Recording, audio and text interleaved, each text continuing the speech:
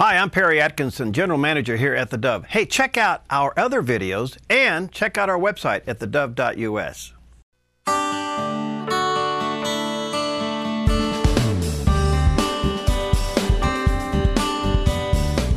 Welcome to Focus Today, and I'm your host, Perry Atkinson. Well, today is Election Day. That's right. And hopefully you have voted, and if you haven't, well, I hope you really feel bad about that and you do something about it, that you go find the ballot in your house, you fill it out, and don't put it in the mail, but drive it on down to one of the drop-off boxes and get it out into a drop-off box early today, okay? Delighted to have in the studio with us Colonel Dave Dotterrer. He is running for Senate District number 3, that's right, in Southern Oregon, and he's been with us on several occasions, but I asked Dave to come in today because few people know what it is, really, to run a campaign. It's tough. Yes. And you think, well, I'll just run for public office and go out there. But is it anything you thought? Well, I'd been through it once before, and Yeah. I will tell you that that part of it was an experience, but to run a second time, it's a crucible. I mean, it's a test. It's a long-distance race.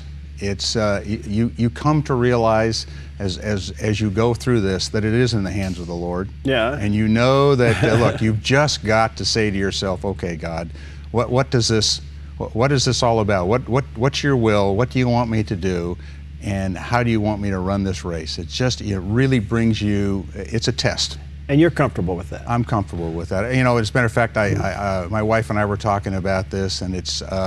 You know, I can tell you that throughout these test periods, you know, my relationship with God has grown tremendously. I mean, you just look at it, and you just say, you know, don't be anxious about things. Yeah. You look at verses that talk about the peace that passes all understanding, and all those other kinds of things. You look at that, and you just say to yourself, you know what? That's really what it's all about at the end. But you've worked hard. Yes. You've raised a lot of money. Right. How many doors you knock on? Over 12,000. 12,000 doors, and that started when? The 1st of April.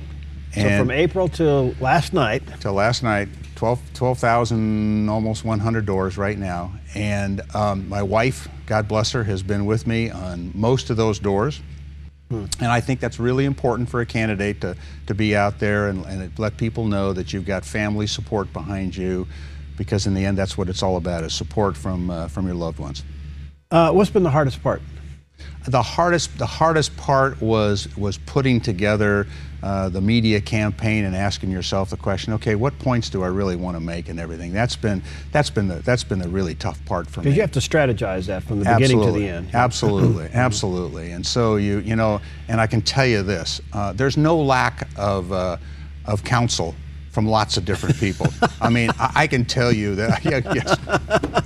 Well, present company accepted, I will say. But I mean, you know, the point is this: you know, everybody has his ideas about, look, this is what you need to do to win and everything like that. Right. And you're getting all these various pieces of advice, and they conflict with each other, obviously, in a lot of different cases. And so you just have to make those choices.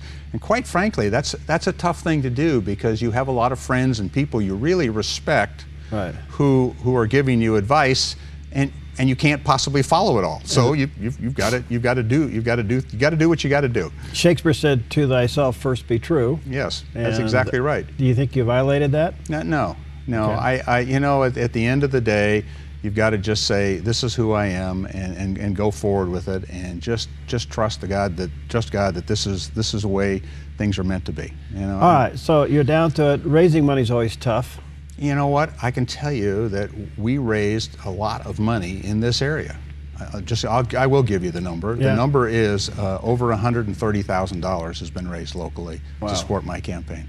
That's something. And you know what? If it was Portland, you'd say, well, you know, $130,000 is nothing for Right. a Portland race. But you know, this is a rural county and all. And what's been very gratifying about that is the number of people who contributed those $25 and $50, made those small contributions. I mean, I know someone in our church who gave $25, and both Carrie and I really considered sending it back, because we know she really can't afford it. I mean, you know, and it just, but you don't. I mean, you know, she did it. It came from the heart, and we had lots and lots of money come in that way. I mean, really, it was very gratifying from that standpoint. And There the seems- local support was just tremendous. There seems to be a change nationwide. I mean, I've been reading some of the headlines. I'm sure you're watching it. There seems to be a real pushback on the liberal agenda across the whole country, whether it's the state of Oregon or throughout the nation.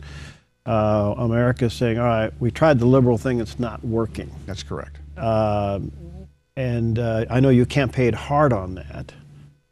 You think you'll pick up any tailwind from that? Yeah, you will. I mean, you know, there's that general sense out there, whether or not you've got enough people, because all politics is local and every district is a little bit different, and whether or not that's enough or not enough to make the difference, I don't know. We won't know until tomorrow. But I mean, the point is that it is very clear in those doors that I went to, people constantly said, we're just on the wrong track, and we need to change how we're doing business. And so that was very clear to me as I talked to people.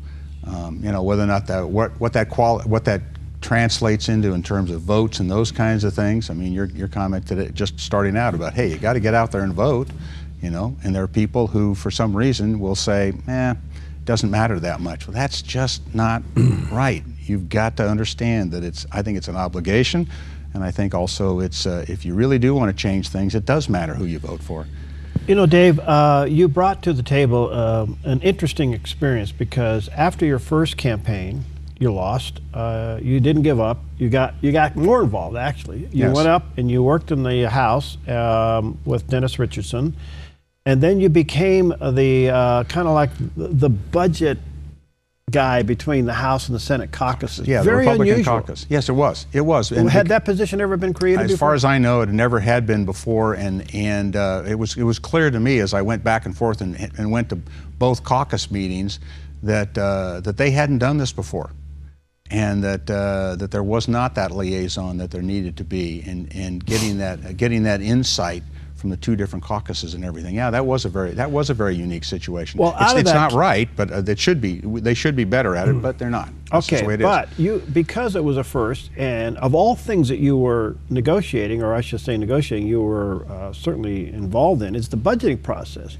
One thing about Dennis Richardson's campaign, I think everybody in the state will admit, he's probably the hawk when it comes to the state budget. If anybody understands the state budget, Dennis Richardson. And here you are, his protege, so to speak, and you're doing it with the House and the Senate caucus. I mean, that's got to be a tremendous experience. It was a great experience. And I loved every minute of it, because it gave you an insight into how your state government runs, or sometimes how it doesn't run. Right. I mean, you know, you really saw things very differently. And you know, my background experience as a colonel in the Pentagon, you know, watching that huge staff. I mean, people say, what's that like? And you say, you got to remember, every morning I walked into a building with 22,000 of my best friends. That's how big that bureaucracy is. Wow. And you watch this thing make things happen. And actually, it's a lot more efficient than people would think. Yeah. But the bureaucratic inertia and all the things that need to happen,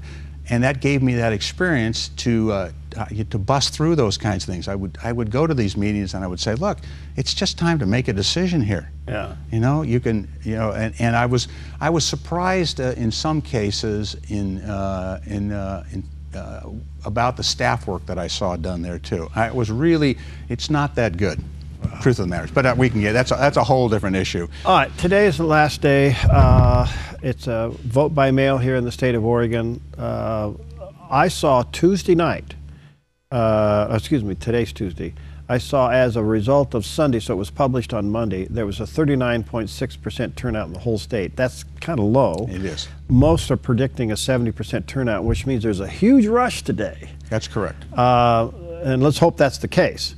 What can you say to those who haven't voted today, why they should really go out of their way and make this happen? Well, what I would say to them is, if you really want to make sure that the government that's serving you is the government that serves you best, then you need to get engaged and you need to participate, because who you vote for in a representative democracy is all about what actually happens, and It really does matter. And it does, and you know, having watched the power struggles in the legislature. Who is in the majority? The people that are in the majority, they drive the train. Yeah. And if you're not happy with where the train is going right now, you need to get out there and make those and vote to make it to change what's going on. Well, I would hope that those of you who haven't voted, that you'll take the effort and the time to sit down today and vote. And you may be standing in a line today with your car to drop it off at one of the drop-off boxes, but get your ballot in early. And I understand now they're going to cut it off at 8 o'clock. Oh no, they have done that. Yeah, they've done that quite well. I mean, they you know they'll actually have a cop out there at some places, and they'll just, and at 8 o'clock that guy will get at the end of the line. Okay, nobody else can get in this line because it's now 8 o'clock. Yeah. And, you know, if you're in line, you can still drop off your ballot. But they'll stop it there. They'll stop it there. Yep. All right. So anyway, get your ballot out and get it filled out and get it out today. Polls close at 8. I think we'll start seeing some results probably around 8:30 or so. Some races, I understand this is a tight race that you're in. That's correct. That's correct. It's very possible it could drag on into the morning. We'll see, maybe not. A lot of the measures are very close. I see where Measure 91 was outspent 10-1. Now it looks like it could win. I mean, they could say no to it on the marijuana thing. So there's some really and of course the governor's race. I mean, it's just right absolutely. there. You know, there are some really key issues out there. You know, my race can have a big determining factor of who controls the Senate, right. And of course the governor's race is really important. But all these measures too. You know, there's a bunch of those measures that say a lot about the state of Oregon. It says, you know, where do you really want this state to go? Right. And it says a lot about that. I mean, there's some stark contrasts here. Yeah. Well, Colonel, best to you. Thank Thanks you for very putting much. yourself out there. Believe me, if you know what kind of thing you've been through in the last year, but it's been great watching you do this thing. And we'll see you at the club tonight and see how it goes, huh? Yep. Right. All right. Colonel Dave Dotterrer, and again, Senate District number 3, and get out the vote. That's the bottom line. Vote today. Get your ballot, get it in the little envelopes. Make sure you sign that envelope and then get it down to the drop-off box. We'll be right back.